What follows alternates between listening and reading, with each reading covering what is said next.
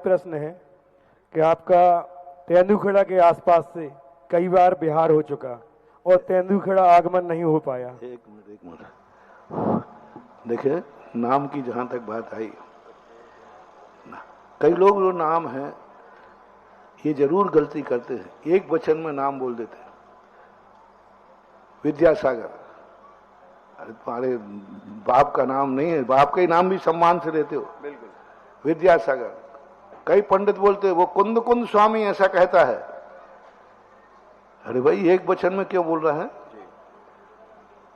कुंद कुंद स्वामी ऐसा कहते हैं, ये भी गलत है। कुछ ना कुछ सम्मानी शब्द लगाओ। कई विद्वानों को बड़ा अहंकार होता है, ये विद्वान नहीं है, ये महान निकृष्ट लोग कहलाते हैं जो साधुओं के नाम एक वचन में लेते।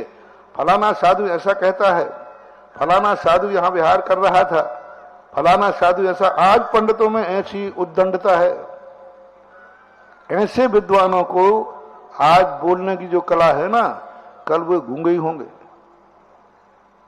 तो महान भगवानों का, गुरुओं का नाम लेना, नाम में एनर्जी है, नाम में ताकत है, लेकिन उसके पहले पूजनीय, श्री, वंदनीय, सम्माननीय कोई ना कोई विशेषण जरूर लगाना। श्री अंत में भी जरूर लगाना जी। आचार्य विद्यासागर नहीं, परम पूजनीय गुरुदेव आचार्य विद्यासागर जी महाराज। तो साधुओं के नाम, गुरुओं के नाम में आगे और पीछे दोनों सम्मान सूचक शब्द लगना चाहिए। कभी भी बोलो, किसी भी आचार्य का नाम बोलो, किसी भी भगवान का नाम बोलो, सम्मान सूचक शब्द जरूर लगाना चाहिए। और सम्मान सूचक शब्द जो है, क्योंकि आपके भी गुरु हैं, आपके भी भगवान हैं, तो नाम तो लेना है, लेकिन आगे पीछे ध्यान रख के लेना है। एक वचन का प्रयोग नहीं करना, हमेशा बहुवचन का प्रयोग करना चाहिए। ऐसी व्यवस्था। अरिहन कुमार सिंघई, तेंदुखेड़ा।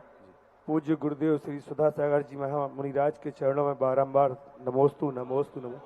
क्षुल्लक जी के चरणों में इच्छामी इच्छामी इच्छामी। पूज्य गुरुदेव, हमारा प्रश्न ये है कि तेंदुखेड़ा के पास से आपका तारादेही आगमन भी हुआ, बेलखेड़ा भी हुआ और हम लोग गए, तो हम लोग का ऐसा कौन सा तेंदुखेड़ा समाज का पाप कर्म कौदाय है कि आपका तेंदुखेड़ा आगमन नहीं हो पाया? कौन सा तेंदुखेड़ा? कौन सा? पाटन तेंदुखेड़ा कोहनी जी वाला। तो गुरुदेव, हम लोग ये चाहते हैं, ऐसी कौन सी भावना भाएं, ऐसा कौन सा पुण्य करें कि आपका शीघ्र तेंदुखेड़ा आगमन हो और हम लोगों की भावना पूर्ण हो।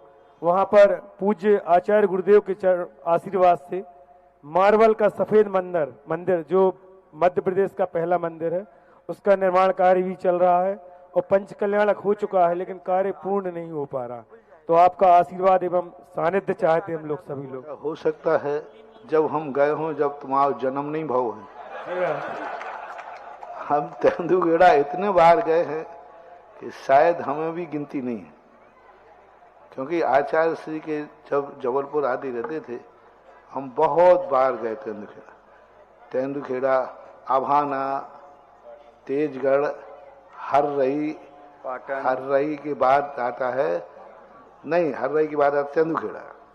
पूज्य गुरुदेव, हम लोग तो अभी चाहते, अब तो हो सब। फिर उसके बाद आता है कोनी जी, कोनी जी के बाद आता है पाटन। ये क्रम है, देखो पैरों से नापा है भाई। और गुरुदेव, एक छोटा सा एक प्रश्न और है। मंदिर जी में जो जिनवाणी रखी रहती है, जैसे 50-100 और कुछ नई पुस्तकें रहती हैं, तो उनको हम साफ करके अलमारी में रख देते, क्योंकि बाहर 100 पुस्तकें रहती हैं और कई महिलाएं वो निकाल के बाहर रखती और हम साफ करके फिर रख देते। तो उसमें हमें पाप लगेगा कि पुण्य लगेगा? तुम्हें पुण्य लगेगा, और जो बाहर निकाल के रख देते उनको पाप लगेगा। पुस्तक मंदिर में जहां से उठाओ, जिस अवस्था से उठाओ, वहीं रखना चाहिए। देव, शास्त्र और गुरु तीनों का आसन होता है। इनको आसन से जब उठे तो उनको उसी आसन पर बैठाना चाहिए।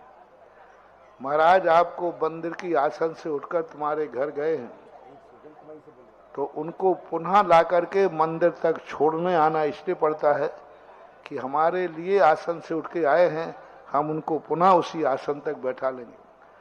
भगवान को यदि हमने अभिषेक आदि, विमान आदि की निकाला है, तो उनको पुनः उसी आसन पर बैठा लें।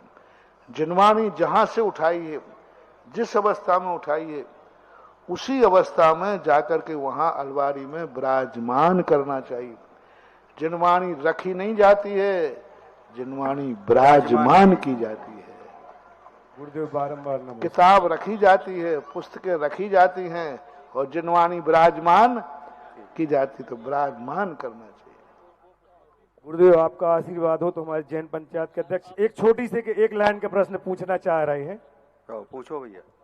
गुरुदेव इनकी एक शंका है कि हमारे तेंदुखेड़ा नगर में पहले 3 मंदिर थे, अब 3 के 2 हो गए, तो इसमें क्या 2 से समाज का भी थोड़ा सा विघटन समझ में आ रहा है, तो इसीलिए आपका सानिध्य चाहते कि जल्दी से जल्दी हम तो जब गए हैं, पहले शुरुआत में एक ही मंदिर था।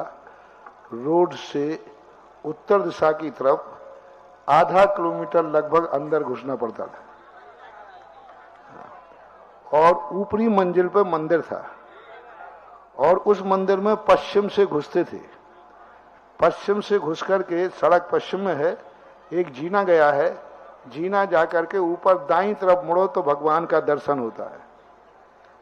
और फिर बाद में एक सड़क के पास मंदिर बना जिसमें ग्रेनाइट की मूर्ति आई। गुरुदेव वहाँ बाजार में भी दोनों मंदिर थे। हाँ ठीक है, हाँ वो बाद में सब बनते गए। पहले एक अंदर मंदिर था थोड़ा सा बाजार के, दोनों थे महाराज जी आमने सामने। हाँ तो बस वो रोड पर तीसरा बना था, ग्रेनाइट का मंदिर बना है, मूर्ति थी। ये मेन रोड में। हाँ तो ये सब चीजें बनती जाती हैं, समाज की है। अब विघटन क्यों होता है? लड़ने वालों को क्या कहें, नहीं लड़ने वाले कहीं भी रहते हैं। नमोस्तु।